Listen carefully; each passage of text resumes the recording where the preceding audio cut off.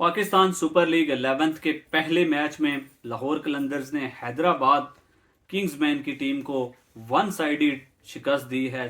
Almost 70 runs के margin के साथ इस मैच को जीता है और हैदराबाद किंग्समैन जो कि पहली बार पीएसएल में खेल रहे हैं, पहला मैच था आज उनका, नई फ्रेंचाइज, और बिल्कुल भी नहीं लग रहा था कि ये T20 की फ्रेंचाइज है। और 130 रन्स महज ये स्कोर कर सके हैं जब सेकंड बैटिंग आई है। और इसके पीछे मार्नस लेबुशैन की कप्तानी और वो जो इनिंग्स जो 22 बॉल्स के ऊपर उन्होंने 26 रन स्कोर किए हैं। जब 200 रन आपको चाहिए है और आपका कप्तान इस तरह की इनिंग्स खेल के जा रहा है, तो फिर आप कह सकते हैं कि ये बिल्कुल जो है वो टेस्ट पारी थी, क्योंकि मार्नस लेबुशैन आज तक ऑस्ट्रेलिया की तरफ से सिर्फ एक T20 खेले हैं और इसके अलावा जो बिग बैश के मैचेस वो खेले हैं वो महज 25 से 30 मैचेस टोटल, और उसमें भी 120 का स्ट्राइक रेट है।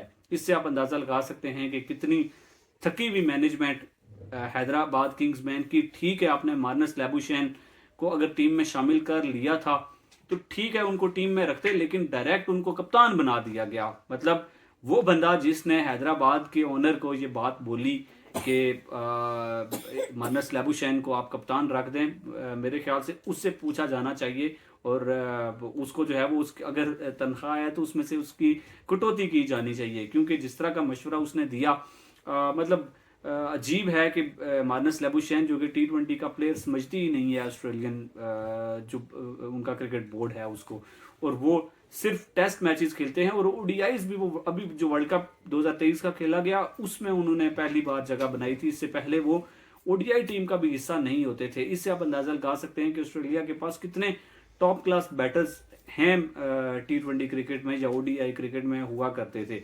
और मार्नस लेबुशैन को हैदराबाद किंग्समैन ने कप्तान बना के रख दिया, और वो कप्तान जिसको पता भी नहीं है कि मेरे एक बॉलर की क्या खासियत है। आकिब जावेद इतनी अच्छी बॉलिंग कर रहे हैं, लेकिन फिर भी मोहम्मद अली से 3 ओवर्स करवा दिए गए। 3 ओवर्स के अंदर 50 रन उन्होंने खा लिए, और ग्राउंड के अंदर भी कप्तानी उनकी बिल्कुल भी फीकी भी नजर आई। दूसरी तरफ अगर देखा जाए तो शायकीन क्रिकेट जो कि इस टाइम पे ग्राउंड के अंदर मौजूद नहीं थे अपनी टीम को सपोर्ट करने के लिए, लेकिन जो आवाज़ें आ रही थी, शायद कोई वीडियो उन्होंने डाउनलोड कर ली या म्यूज़िक एक डाउनलोड करके रख दिया और वो पक्का जो है वो ऑटो ट्यून के ऊपर चल रहा है, और वही जो है वो आवाज़ें आपको सुनाई दे रही थी। मतलब जब चौका लग रहा है तो शायद वो आवाज़ उतनी ऊंची नहीं थी जितना कि वो किसी और मोमेंट के ऊपर वो आवाज़ जो थी वो इतनी ज़्यादा ऊंची की गई थी। मतलब ये इस तरह के डिसीजंस कौन दे रहा है आके पीसीबी को। दूसरी तरफ अगर देखा जाए तो हैदराबाद की जो जर्सी है उसके ऊपर ठीक ठाक वावेला हुआ है, क्योंकि बॉल जो है वो चौथे पांचवें ओवर से ही पिंक होना शुरू हो गया था और ठीक ठाक पिंक लगना शुरू हो गया था। और फिर वो मोमेंट आया कि 15वें ओवर के अंदर जाके बॉल को जो है वो चेंज किया गया। हालांकि अगर देखा जाए तो बॉल जो लाल होता है वो शायद कि शायकीन क्रिकेट ये चीज़ सोची हो कि फ़खर जमान ने क्योंकि बॉल को इतना ज़्यादा मारा है, या मोहम्मद नईम ने या सिकंदर रज़ा ने, तो इस वजह से वो बॉल लाल हुआ है। लेकिन ऐसा नहीं था। बॉल जो है वो जर्सी की वजह से लाल हुआ, और बहुत सारे लोग जो कि डिज़ाइनर्स हैं वो अब कहना शुरू हो गए हैं कि आप ने अगर ये पीएसएल के लिए हैदराबाद की टीम की जो किट है वो तैयार करवानी थी तो वो हमसे करवा देते। और मेरे ख्याल से कोई छोटा मोटा कोई ब्रांड इन्होंने ढूंढा होगा और उससे ये जर्सी बनवा ली होगी, और अब शायद कि उनको आगे चल के ये जर्सी चेंज करनी पड़ जाए, क्योंकि बॉल्स तो हर मैच में आप चेंज नहीं करवाएंगे। लेकिन इससे पैथेटिक जो परफॉर्मेंस थी वो हैदराबाद किंग्स की। ठीक है, टीम पैथेटिक है, लेकिन उससे ज़्यादा पैथेटिक उनकी मैनेजमेंट के, जिसने मार्नस लेबुशैन को उठा के कप्तान बना दिया। फिर माज सदाकत के हवाले से जब बात हुई तो बताया गया कि वो इंजर्ड हैं और शायद आने वाले मैचेस के अंदर वो रिकवर कर जाएं और फिर टीम का हिस्सा बन जाए। साइम अयूब की अगर बात करें, साइम अयूब मतलब पीएसएल की हिस्ट्री का सबसे ज़्यादा महंगा बिकने वाला ये प्लेयर, लेकिन कुछ नहीं कर सके।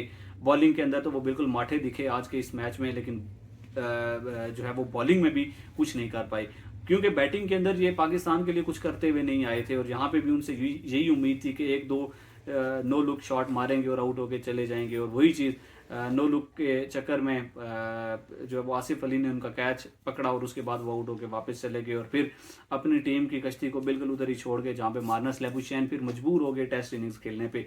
लेकिन पीछे जो नियाजी साहब हैं, पाकिस्तान टीम का हिस्सा भी रहे हैं, फिर शाहीन्स की तरफ से नुमाइंदगी करते हुए दिखाई दिए। अभी जो रिसेंटली पाकिस्तान ने एशिया कप का फाइनल जीता था, राइजिंग एशिया कप जो हुआ था, उसमें इन्होंने पाकिस्तान टीम के कप्तान थे, इनामात भी इनको दिए गए, लेकिन यहाँ पे आके जब जिम्मेदारी का मुजाहरा करना चाहिए था वहाँ पे कुछ नहीं कर पाई, और वहाँ पे भी अपनी विकेट जो है वो ऐसे ही थ्रो करके चले गए। ठीक है, प्रेशर बना हुआ था टीम के ऊपर, बड़े शॉट्स की ज़रूरत थी, लेकिन बॉल को क्लियर ना कर पाना, और इतनी ज़्यादा अब फिट हैं, मतलब बताया ये जाता है कि फिटेस्ट क्रिकेटर्स हैं पाकिस्तान की, जो उसमें से इनका नाम आता है इरफान खान नियाजी का। बैटिंग के अंदर कुछ नहीं कर पाए, फील्डिंग के अंदर कुछ जान मारते हुए दिखाई देते हैं, लेकिन बैटिंग के अंदर बहुत कुछ करना होगा हैदराबाद की टीम के अंदर अगर रहना है। और मार्नस लेबुशेन, अब सबसे ज़्यादा सवालात उनके ऊपर होंगे कि वो आने वाले मैचेस के अंदर किस तरह की इनिंग्स खेलते हैं। क्या वो जो वन डाउन की पोजीशन है उसके ऊपर वो आके कुछ बड़े रन्स करेंगे, या ऐसे ही 22 बॉल्स के ऊपर 26, मतलब वो 110-15 के स्ट्राइक रेट वाली बैटिंग करके जाएंगे। दूसरी तरफ शाहीन शाह अफरीदी जब भी लाहौर कलंदर की जर्सी पहनते हैं तो कुछ बड़ा करते हैं। 2 छक्के आज उन्होंने आखिरी 2 बॉल्स के ऊपर आके लगाए, मोमेंटम अपनी टीम की तरफ शिफ्ट किया। 200 का टारगेट जो कि शुरू में लग रहा था, फिर बीच में विकेट्स गिरने की वजह से वो ऐसे लगा कि शायद 180 तक जाएं, फिर वो आखिरी का ओवर काफ़ी लंबा चला गया, काफ़ी बड़े रन्स आ गए उसके अंदर। सो 200 तक तो ये पहुंचे। सिकंदर रजा बड़ा ज़बरदस्त एडिशन है, और 10 बॉल्स के ऊपर 24 रन। आपको यही इसी तरह की पारी चाहिए होती है आखिरी, कि जब 3 से 4 ओवर्स होते हैं आपके पास, और ये इनकी बड़ी जो है वो खुशी की बात होगी लाहौर कलंदर्स के लिए कि सिकंदर रजा इस टाइम पे जो है वो आके परफॉर्म करते हैं, और इन मोमेंट्स के ऊपर आके वो बड़े रन्स करना चाहते हैं। ओवरऑल लाहौर कलंदर ने ज़बरदस्त गेम खेली है, और हारिस रऊफ जिस तरह से कह रहे थे कि हमारे पास जो है वो सबसे ज़बरदस्त बॉलर हैं, और इंटरनेशनल क्रिकेट खेलने वाले बॉलर जिसमें मुस्तफ़ीज़ हैं, उबैद हैं, शाहीन खुद हैं, हारिस रऊफ़ हैं, और फिर सिकंदर रज़ा। सो ये कंप्लीट टीम दिखी है। बाकी कुछ परफॉर्मेंसेस आज उनके बल्ले से नहीं आ सकी हैं, और आने वाले मैचेस में ईमान को अच्छी परफॉर्मेंस देनी होगी, वरना उनको भी बेंच के ऊपर बैठना पड़ सकता है। फिर अब्दुल्ला शफीक आज रन आउट हो गए, हालांकि फॉर्म लेके आ रहे हैं नेशनल T20 मैचेस के अंदर। अच्छी खासी इन्होंने बड़ी इनिंग्स भी खेली हुई हैं, और यहाँ पे अपनी टीम के लिए बड़ा कुछ कर भी सकते हैं। मोहम्मद नईम शुरू में ऑफ कलर दिखे थे, लेकिन अच्छे शॉट्स उन्होंने लगाए, और आने वाले मैचेस के अंदर कुछ बेहतर करने के लिए वो पूरी उम्मीद हैं। और जिस तरह का एक बड़ा शॉट उन्होंने लगाया था मिड विकेट की बाउंड्री के ऊपर, वो वाकई लग रहा था कि मोहम्मद नईम के अंदर पावर तो है। वो आने वाले टाइम में जो मैचेस आगे चलते जाएंगे, और फ़ख्र क्योंकि जब आपके साथ मौजूद हूँ और उनके साथ आप ओपन कर रहे हूँ, तो फिर आपका वैसे कॉन्फिडेंस बिल्ड हो जाता है। और अब आगे जो चलते जाएंगे टीम्स जो हैं वो कुछ बेहतरी की तरफ जाएंगी, लेकिन हैदराबाद की टीम मुझे इस टाइम पे ऐसे लग रहा है कि शायद आने वाले 4 से 5 मैचेस खेल के ही ये इस PSL की दौड़ से ही बाहर हो जाएंगे, जिस तरह की इनकी मैनेजमेंट है और जिस तरह की टीम इनकी बनाई गई है। इंशाल्लाह मिलेंगे आपके साथ नेक्स्ट वीडियो में, तब तक के लिए आपसे इजाज़त चाहूँगा। दुआओं में याद रखिएगा, अपना बहुत सारा ख्याल रखिएगा। अल्लाह हाफिज़।